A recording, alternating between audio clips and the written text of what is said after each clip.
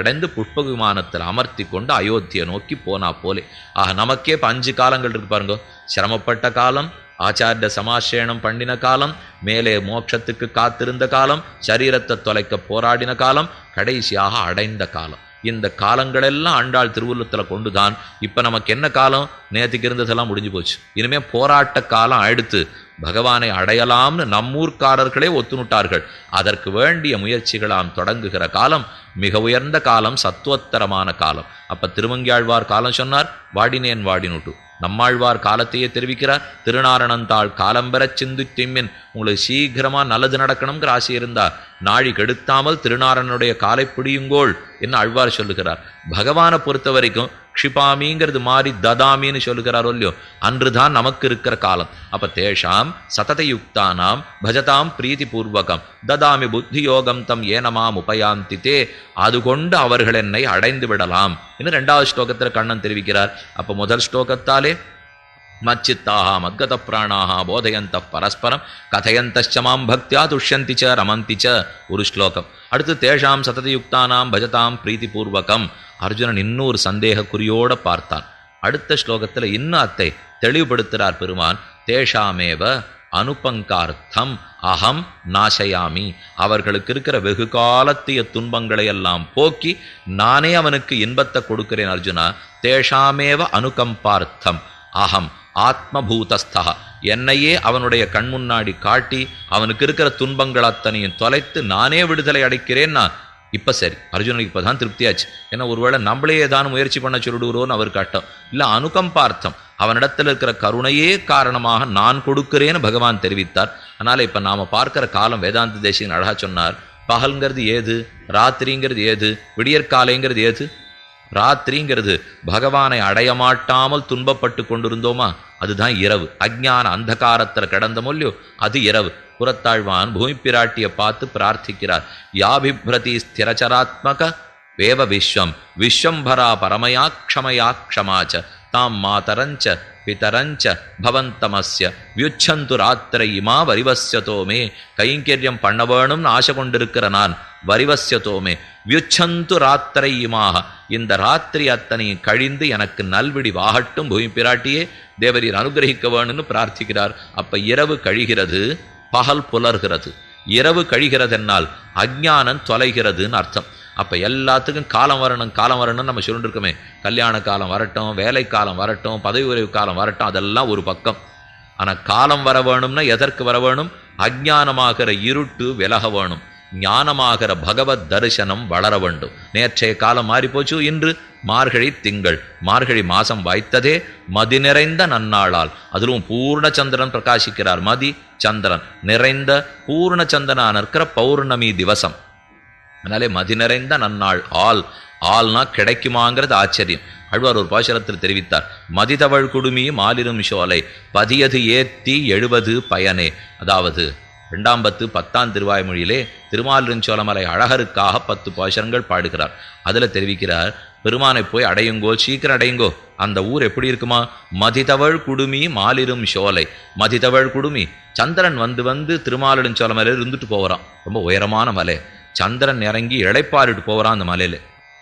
அப்படின்னா சந்திரபதம் அளவுக்கு வசந்திருக்குன்னு அர்த்தம். மதிதவள் குடுமியும் மாலிரும் சோலை. மற்றொரு பாசுரத்தில் செய்கிறார், மலமருமதிசேர் மாலிரும் சோலை வலமுறை எய்தி மறுவதல் வலமே. மலமரு மதிசேர், மலம் குற்றம், மலமரு மதிசேர் குற்றமில்லாத சந்திரன் சேர்ந்திருக்கிற திவ்யதேசம். குற்றமில்லாத சந்திரன்னா சந்திரனுக்கு குற்றம் உண்டா? ஏந்து பார்த்தீங்கன்னா ஒரு கருப்பு திட்டு தெரியறது பாருங்க. சந்திரனில் ஏதோ அழுக்காட்டம் ஒன்று தெரியும், அதுதான் அதுக்கு மலம், அதுதான் அதுக்கு இருக்கிற அழுக்கு. கீழே இறங்கிவிட்டு அதுக்கு ஆயாசத்துக்காக நிற்கிறது, ஏதோ ஓய்வெடுத்துக்கிறதுக்காக திருமாலிருஞ்சோலமலை இருக்குன்னு நினச்சிட்டு இருப்போம். அதெல்லாம் இல்லை. தனக்கு அரிச்சுதுன்னா சுரிஞ்சிக்கிறதுக்காக அப்படி தழுவிண்டு போகும். அது கூட இல்லை. அப்படி பண்ணுற சாக்கில் நம்ம கண்ணில் மண்ணை தூவிட்டு தங்கிட்ட இருக்கிற அழுக்க போக்கினுடலாமான்னு இது திருமாலிருஞ்சோலமலையில் தேய்ச்சி பார்த்துக்கிறதான். மலமரும் அதிசேர். இதை பார்க்கறச்செல்லாம் அழுக்குங்கிறா. எல்லாரும் ராமச்சந்திரன்கிறா, என்னையும் சந்திரன்கிறா. ஆனால் ராமச்சந்திரன் திருகோண்டான நிர்மலமாக இருக்குது, அழுக்கே இல்லை. என் முகத்தில் அழுக்கு இருக்குது, அவரோட போட்டி வந்தால் நம்ம தோற்றுருவோம் போல் இருக்குது. இந்த அழுக்க போக்கிக்கணும்னு சந்திரனுக்கு ஆசை. எங்க போய் போக்கிக்கிறது? மலமருமதிசேர் மாலிரும் சோலை. தன்னுடைய குற்றத்தை அழுக்கை திருமாலிருஞ்சோலை மலையில அப்படி தேய்ச்சிண்டு ஓய்வெடுக்கிறாப்புல நமக்கு பூச்சி காட்டுட்டு அதே சமயத்துல தான் அழுக்க போக்கிக்கணும்னு பாக்குற சொல்லியோ. இது ஒரு வியாக்கியானம். அப்ப மலத்தை குறைத்து கொள்ள அழித்து கொள்ள மதி சேர்கிற திருமாலிருஞ்சோலை. மற்றொரு அர்த்தம் மலமருமதிசேர் மாலிரும் சோலை. மதினா ஞானம்னு ஒரு பொருள். மலமருமதிசேர் மாலிரும் சோலை. அஜ்ஞானம் கலசாத விபரீத ஜானமோ அந்நதா ஜானமோ ஞான அனுதயமோ முதலான ஏதுமில்லாத துல்லியமான நிர்மலமான ஞானம். மதீன ஞானம். மலமருமதீனா எந்த குற்றமான அஜ்ஞானம் இல்லாத ஞானம். ஞானம் நமக்கு இருக்கும், ஆனால் ஒரு சந்தேகத்தோடே ஞானம் இருந்ததுன்னா அது மலமுடைய மதி. சந்தேகம் இல்லாத எந்த விதமான குற்றமில்லாத உயர்ந்த ஞானம் இருக்கு, அது மலமருமதி. அப்ப மலமருமதிசேர் மாலிரும் சோலை. அப்படிப்பட்ட மகாஜானிகள் எப்போதும் விரும்பி வர்த்திக்கிற திவ்யதேசம் திருமாலிருஞ்சோலமலை. மலமரு மதி பெற்றவர்களான ஞானிகள். மதின்னு இருந்தாலும் மதி படைத்தார்னு அர்த்தம் பண்ணிக்கணும். மலமரு மதிசேர் மாலிரும் சோலை. அப்ப மதிங்கிறதுக்கு சந்திரன் ஒரு அர்த்தம், மதிங்கிறதுக்கு குற்றமற்ற ஞானம்னு மற்றொரு அர்த்தம். அதே போல இங்கே பார்த்தோம்னா மார்கழி திங்கள் மதி நிறைந்த நன்னாளால். திங்கள் மாசம் வாய்த்ததே மார்கழி மாசமே வாய்த்தது. மதி நிறைந்த ஆபூர்யமானே அன்ஹபக்ஷம்னுட்டு நல்ல சுக்ல பட்சத்திலே உயர்ந்ததான பௌர்ணமி திதி வாய்த்தது மலமருமதிசேர். இல்லை மதி நிறைந்த நன்னாளால். இப்பதானே ஞானத்தால நிரம்ப பெற்றிருக்கோம். நேற்று வரைக்கும் அஜ்ஞானத்துல தவிச்சுட்டு இருந்தோம், அதனால இருட்டா இருந்தது. இப்ப ஞானம் வளர்கிறது மதி நிறைந்த நன்னாளால். ஞானம் நன்றா பூரணமா வந்துடுத்துனால் அதுதான் மதி நிறைகிறதுன்னு அர்த்தம். அதுவே விளக்கு போட்டா போலேதான். அஜ்ஞான அந்தகாரம் தொலைத்து ஞானமாகிற உயர்ந்த விளக்கு ஏற்றப்பட்டதென்னால் அது பகவானிடத்திலே கொண்டு போய் சேர்க்கிறது. சாஸ்திரம் சொல்லுகிறது சோத்வன பரமம் ஆப்னோதி. இவனார் விஜான சாரதிர் யஸ்து மனப்பிரகிரகவான் நரஹ சோத்வன பாரம் ஆப்னோதி. இது உபனிஷத் வாக்கியம். விஜானம்ங்கிற ஒரு தேரில் ஜீவாத்மா ஏறி உட்கார்ந்துக்கிறார். விஜானம் அறிவ சாரதியாக வைத்து விட்டார். ஓடுகிற குதிரைகளாகிற மனத்தை இழுத்து பிடிக்கிறார். இந்த குதிரை சரியானபடி கட்டுப்படுத்தப்பட்டு ஓட்டினார் இலக்கான பரமோதத்தை சென்று கிட்டுவிடுகிறது. அப்ப அதற்கு இது இருட்டில் தேரோட்ட முடியுமா?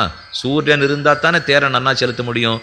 அந்த சூரியனை போலத்தான் தேஷாம் ஆதித்யவது ஞானம் பிரகாசயதி தத்பராம் என்று கண்ணன் சொன்னா போலே ஆதித்யன் உதிக்கிறான்னாலே ஞானம் மலருகிறதுன்னு அர்த்தம். ஆதித்யன் உதித்தால் தாமரம் மலருகிறதுன்னு அர்த்தம். ஆதித்யன் உதித்துட்டா இருட்டு விலகுகிறதுன்னு அர்த்தம். அப்ப இருள் விலகி அஜ்ஞான இருள் விலகி பெருமானை அடைவதற்காக காலத்துக்கு காத்திருந்து அவனை அடைந்து அனுபவிக்கிறோம் இல்லையோ. இதைத்தான் ஆண்டாளி பாசுரத்தில் நல்ல மாசம் வாய்த்ததே காலம் வாய்த்ததே மார்கழி திங்கள் மதி நிறைந்த நன்னாளால் நீராட போதுவீர். காலம் வாச்சுடுத்து இனிமே நாம தான் வரணும். அதனால எதுக்கோ காலம்னா பகவத் விஷய அனுபவத்துக்கு காலம் கிட்ட வேண்டும். அது உயர்ந்த காலம். ஆழ்வார் பாசுரத்தில் சொன்னாள் சென்னாள் என்னாள் அந்நாள் உனதாள் பிடித்தே சலக்கானே. உன் திருவடிகளை என்று நான் பற்றினேனோ அன்று நன்னாள். ஏற்கனவே எதேதோ காலத்தை எப்படியோ தொலைச்சுட்டோம். இப்போ ஒளிவில் காலம் எல்லாம் இனி மிச்சம் இருக்கிற காலத்துல ஒன்று கூட விட்டு விடாமல் எல்லா கைங்கெட்டத்தையும் சர்வதேச சர்வகால சர்வாவஸ்தோச்சித சகலவிதமான கைங்கெட்டங்களையும் செய்ய பெறுவேன் ஆக வேண்டும். அப்ப நாம மார்கழி மாசம் வந்துடுத்துன்னா என்ன உறுதி எடுத்துக்கணும்? மற்ற விஷயங்களை பேச மாட்டோம். நல்ல காலம் நமக்கு கிடைச்சிருக்கு. போன காலம் வரைக்கும் தொலைஞ்சு போச்சு. இன்று காலம் சத்தோத்தரமான காலம், பிரம்ம முகூர்த்தத்தை போல காலம், பகவான் ததாமின்னு சொன்ன காலம், நான் கூடுவதற்காக ஏற்பட்ட காலம். எக்கால தந்தையாய் பகவான் நம்முள் இருக்கிறான். அப்ப அவனை பத்தியே சிந்திக்க வேண்டிய காலம். மற்றவத்தை தொலைத்து மற்றவத்தை தள்ளி பகவத் அனுபவத்திலேயே இருக்க வேண்டிய காலம். ஆண்டாள் கூப்பிடுகிறாள் பொதுவினோ நேரடையீர் சீர்மல்கு மாய்ப்பாடி செல்வச் சிறுமீர்கள் கூர்வேல் கொடுந்தொழிலன் நந்தகோபன் குமரன் ஏறார்ந்த கண்ணி யசோதை இளம் சிங்கம் கார்மேனி செங்கன் கதிர்மதியம் போல் முகத்தான் நாராயணனே நமக்கே பறை தருவான் பாரோர் புகழப் படிந்துங்கிறது நேற்றைய பாசுரம். சரி, வருகிறோம். நோன்புக்கு என்ன செய்ய வேணும் என்று வந்த இடைச்சிகள்லாம் கேட்க இன்னதை செய்யுங்கோ இன்னதை செய்யாதீங்கோ அப்படின்னு கிருத்திய அகிருத்திய விவேகம் பண்ணி கொடுத்தது இந்த பாசுரத்தாலே. இப்பாசுரத்தில் சொன்னபடிக்கு நடப்போம் என்று பிரார்த்தித்து கொண்டு இன்றைய வார்த்தையை முடிவுறுத்துகிறேன். இப்போது இரண்டாம் பாசுரத்தை அனுசந்தானம் பண்ண பிரார்த்திக்கிறேன்.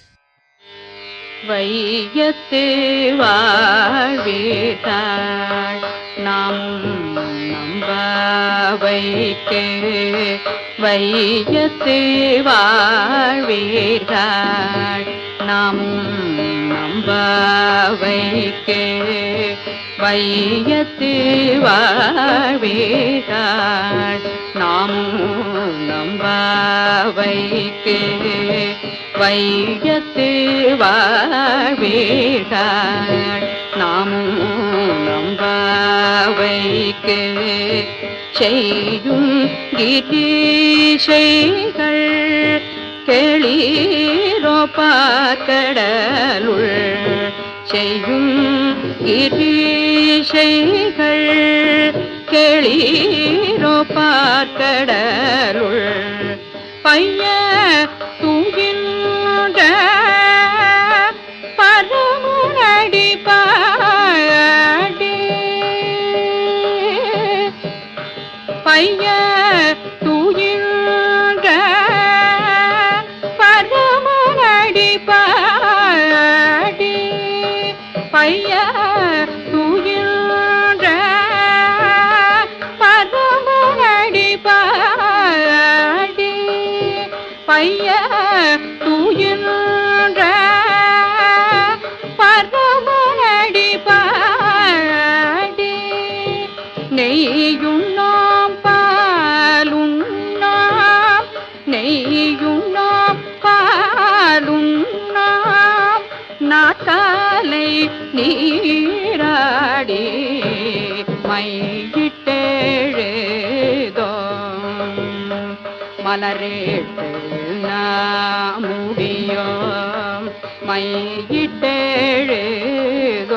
மையிட்டெழுதோம் மலரேட்டு நாமுடியோம்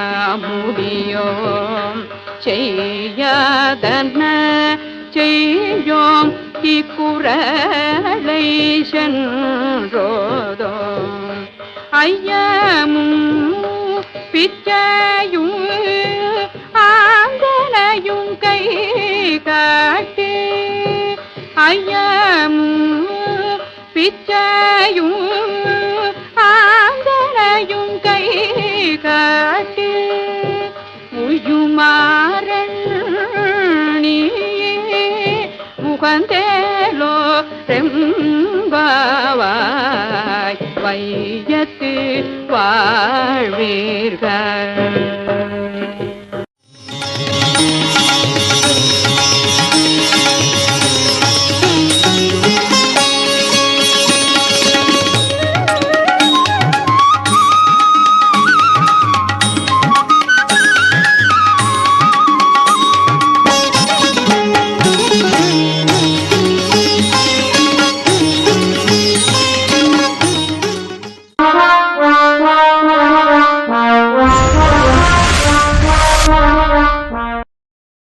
लोकाचार्याय गुरवे कृष्णपादस्य